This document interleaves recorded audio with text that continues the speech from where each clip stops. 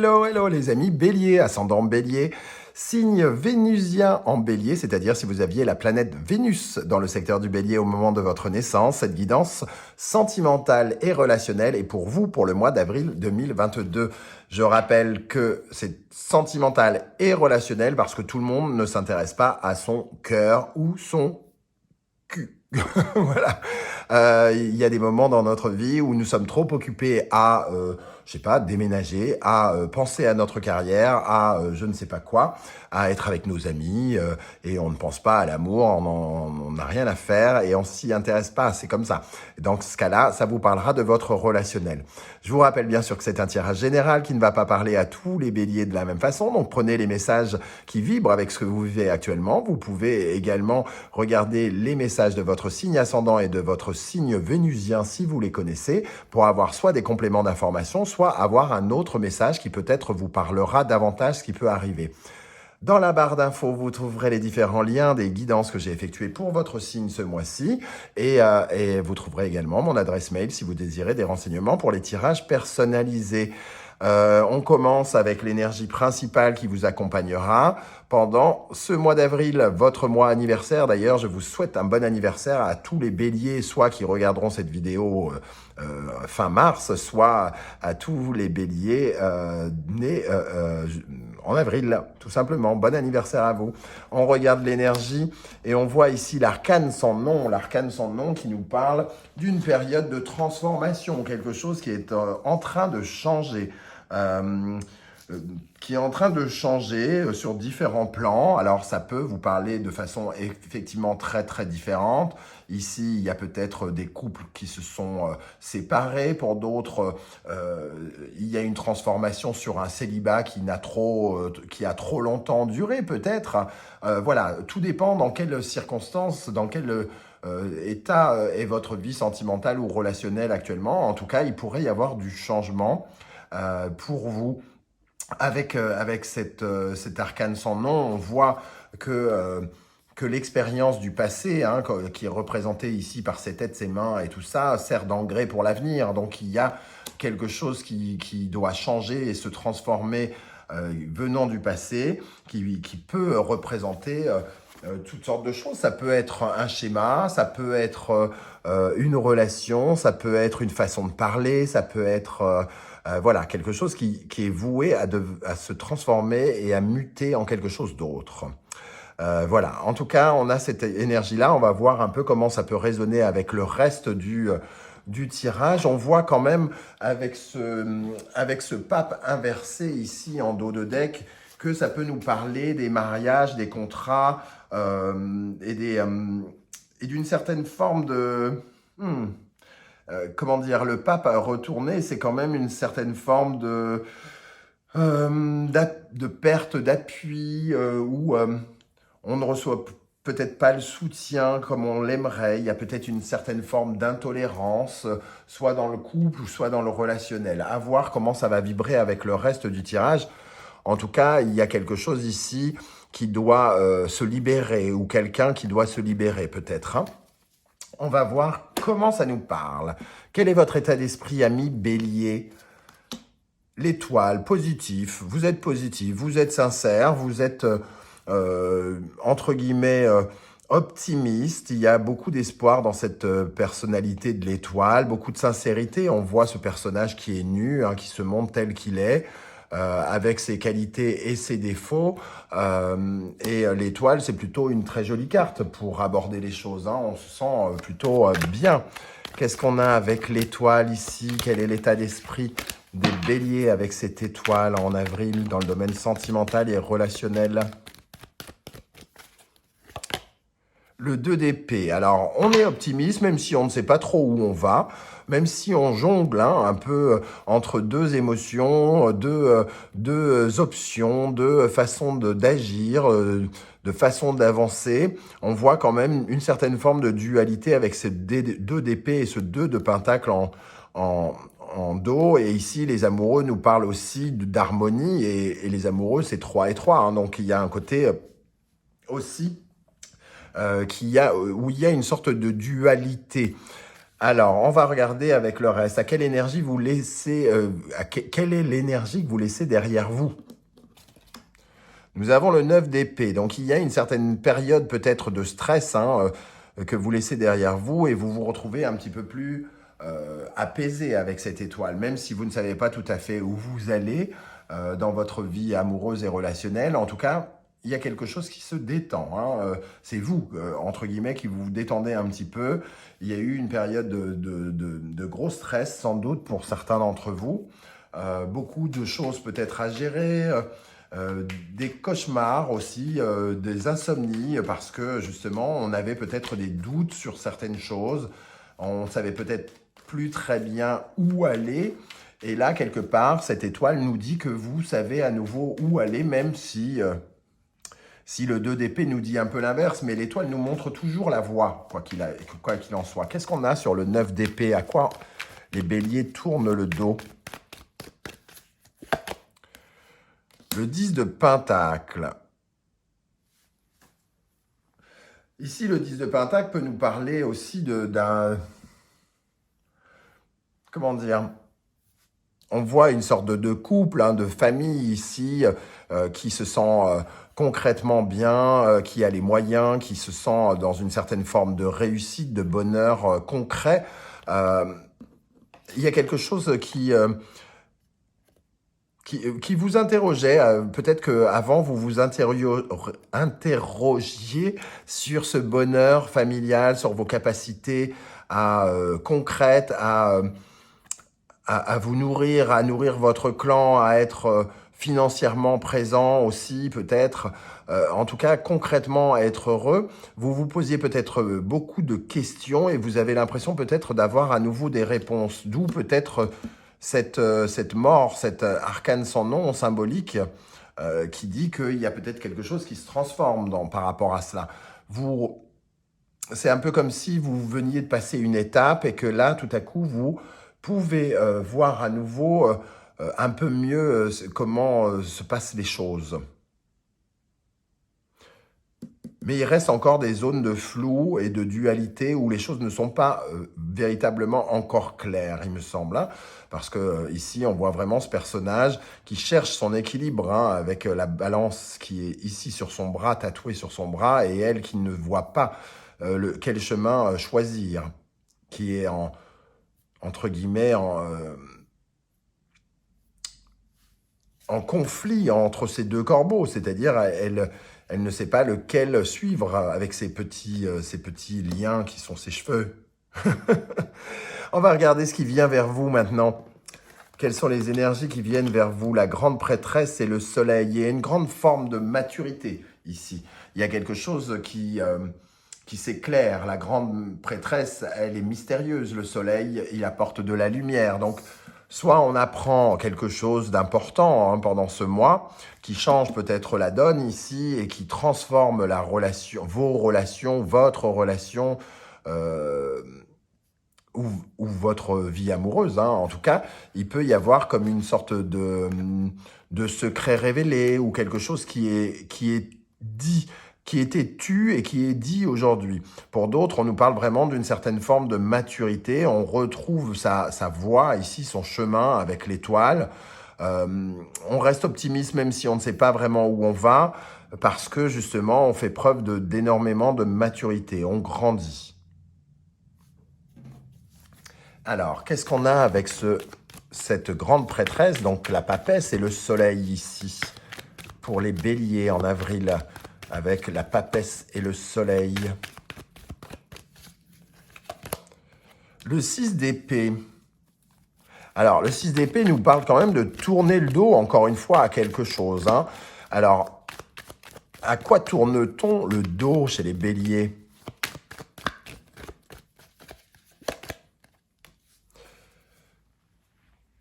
J'ai l'impression quand même qu'il y a une sorte de période le 7 de Pentacle nous parle de cette période un peu d'attente, de patience, qui nous a demandé de semer quelques graines et d'attendre le fruit de quelque chose. Ici, on doit tourner le dos, on est en période de transition, on apprend quelque chose qui peut effectivement nous obliger à faire des transformations, soit dans notre vie amoureuse, soit dans notre vie relationnelle, parce qu'il y a justement cette énergie ici du 7 de Pentacle qui nous parle de ces énergies justement où on se sent euh, en attente. Le 7 de Pentacle, c'est quand on donne un peu vite et qu'on donne trop peut-être, qu'on attend on en attend peut-être trop de l'autre personne. Et finalement, il y a quelque chose ici à revoir sur nos attentes, sur les capacités de l'autre. C'est-à-dire, on est peut-être convaincu que l'autre peut supporter énormément de choses et on peut peut-être se tromper et découvrir justement que les failles et comment dire, les limites de notre autre. Il y a quelque chose de cet ordre-là. En tout cas, pour moi, il y a une sorte de révélation qui va vous demander vraiment de faire preuve de maturité, de compréhension, parce qu'il y a une transition qui est en train d'arriver ici, hein, entre l'arcane sans nom et ce 6 d'épée. Il y a vraiment quelque chose qui se prépare, une transition, comme si quelque chose devait changer dans le lien. Alors, en positif ou en négatif, ça dépend évidemment de votre vie sentimentale à vous. Personnellement, ici, rien ne nous dit pour l'instant que c'est totalement négatif ou totalement positif. De toute façon, il y a du positif dans tout, vous le savez, hein. Et du négatif dans pas mal de choses aussi, on est d'accord. On va regarder ici, nous avons les énergies donc de l'étoile et de la grande prêtresse. Donc, on a le soleil qui réapparaît ici avec le jugement. Le soleil et le jugement, c'est une très belle combinaison, mais il y a comme une sorte de coup de chance. Il y a quelque chose, en tout cas, de très éclairant ici. C'est un peu comme une nouvelle importante. On peut découvrir quelque chose qui vient nous offrir une nouvelle chance. Alors, est-ce que ça ouvre une nouvelle chance à notre couple ou alors est-ce qu'il y a l'opportunité de découvrir quelque chose de vraiment très important qui va bouleverser un peu le couple ou la façon de vivre le couple? Ça peut être tout à fait possible. Le soleil et le jugement, c'est quand même deux cartes, entre guillemets, d'éclaircissement, de clairvoyance, clairaudience. On comprend, on voit, on est appelé, on sait que c'est là où il faut aller, que c'est dans cette direction. C'est comme un appel divin qui nous met... qui met exactement ce qu'il nous faut sous nos pas. Alors, comment ça va nous parler ici, le soleil et le jugement pour les béliers en avril, avec le soleil et le jugement pour les béliers en avril. Le cavalier de bâton. Ok, il peut y avoir pour certains une rencontre. Alors, dans ce cas-là, la rencontre, moi je me méfie un peu de cette grande prêtresse, de ce soleil ici, hein, parce que tout à coup, on pourrait imaginer qu'il y ait des cachotteries, qu'on aille, que certains d'entre vous ou que vos partenaires ou partenaires aillent faire des petites recherches pour essayer peut-être de rencontrer quelqu'un. Ça peut être possible en tout cas avec cette énergie-là. Le cavalier de bâton, c'est l'énergie du cavaleur un peu, hein, du séducteur. Alors, qu'est-ce qu'on a sur le soleil, le jugement et le cavalier de bâton pour les béliers? Le page d'épée. Il y a une envie de découverte, en tout cas. Une envie de découverte, de réenflammer quelque chose, hein. Pour moi, si ce n'est pas pour aller chercher une nouvelle énergie en quelqu'un d'autre, ce qui peut être le cas avec ce cavalier de bâton, c'est aussi, chez certains d'entre vous, une envie nouvelle de redynamiser, avec de nouvelles idées, de redynamiser un couple qui peut-être subit un peu de routine, un peu de train-train quotidien, qui a un peu peut-être éteint la vie relationnelle ou la vie de couple. Et ici, on a quand même le soleil, le jugement qui représente une énergie très flamboyante, le cavalier de bâton, et ici, une étincelle, hein, le début d'une étincelle, l'envie de découvrir quelque chose de nouveau.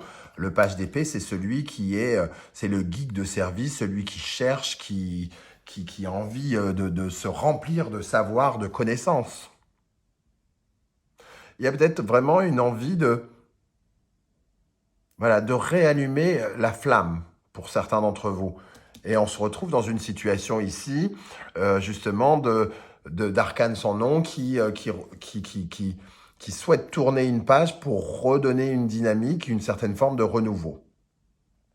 Quel est le conseil du tarot? La tour.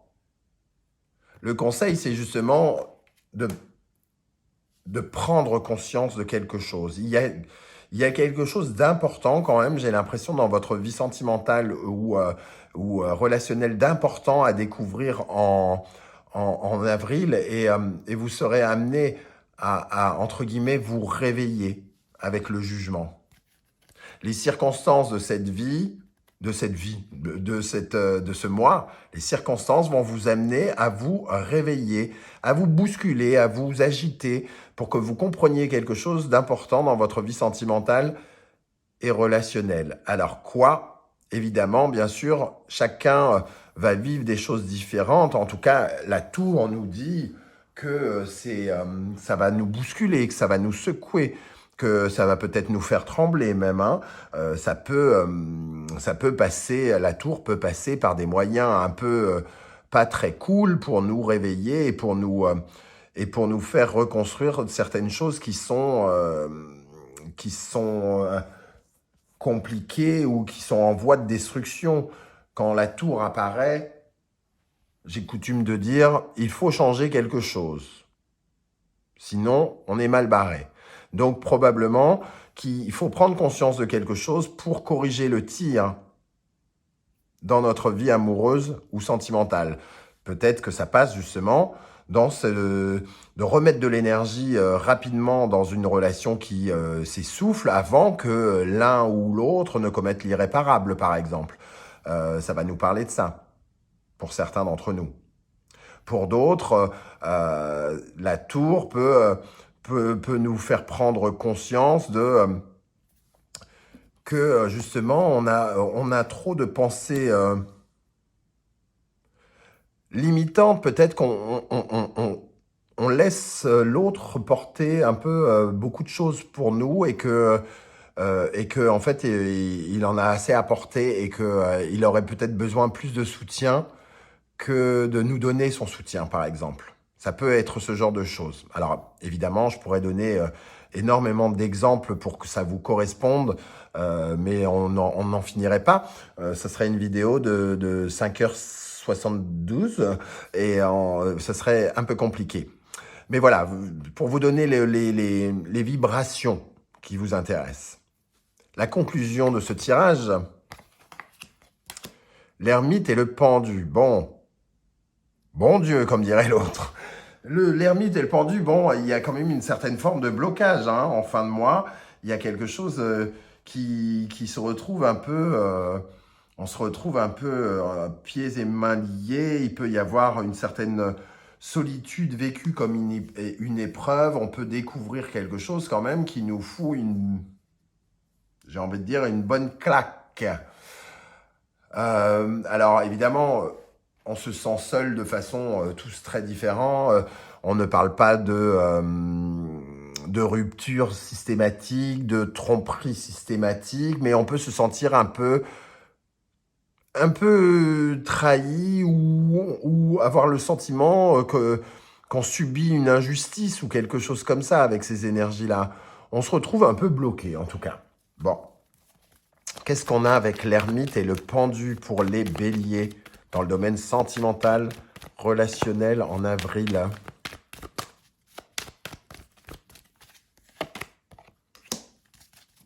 Le roi de Pentacle.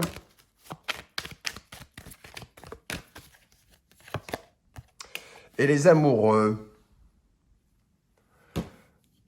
Bien, certains pourraient comment dire, avoir des discussions un peu houleuses concernant l'argent, par exemple, ici. Le pouvoir d'avoir, le pouvoir d'investir, le pouvoir d'être concrètement installé. Peut-être qu'il y a des conversations liées à l'argent avec ce 7 de Pentacle où il y a quelque chose qui doit changer. Ici, on avait des angoisses en plus par rapport à l'argent pour certains d'entre vous, hein, puisqu'on avait le 9 d'épée et le 10 de pentacle. Ces cauchemars qu'on en faisait par rapport à notre capacité à financièrement pouvoir réussir notre vie. Et ici, on a ce 7 de pentacle.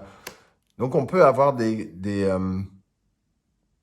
sortes de conflits par rapport à l'argent notamment. Les amoureux ici nous parlent de décisions à prendre hein, qui sont peut-être liées à l'argent, qui peuvent être problématiques pour le couple, pour certains d'entre vous. Pour les célibataires, on voit quand même qu'il reste des blocages. Hein. Ici, on parlait de maturité, on comprend des choses, mais avec la tour, ici, on sent que on n'est pas sur une période de rencontre au mois d'avril, pas véritablement, même si le soleil et le jugement peuvent être un bel appel à la sensualité avec ce cavalier de bâton et ce page d'épée. On pourrait faire une rencontre un peu charnelle, mais elle semble être de courte durée avec l'ermite et le pendu, par exemple. Voilà, alors je ne sais pas du tout comment ça va vous parler, les amis béliers, mais n'hésitez pas à me laisser un message en commentaire. J'aurai plaisir à vous lire et à vous répondre comme je le fais à chaque fois. Et si vous pouvez prendre quelques millièmes de seconde de votre temps pour liker cette vidéo, par principe, juste pour m'aider, parce que chaque like compte hein, pour me permettre de faire grandir la chaîne. Et si vous pouvez partager la vidéo et vous abonner si ce n'est pas déjà fait, je vous en remercie énormément. On se retrouve très vite pour une guidance 100% professionnelle et vie quotidienne. En attendant, merci d'être là et à très très bientôt. Ciao, ciao.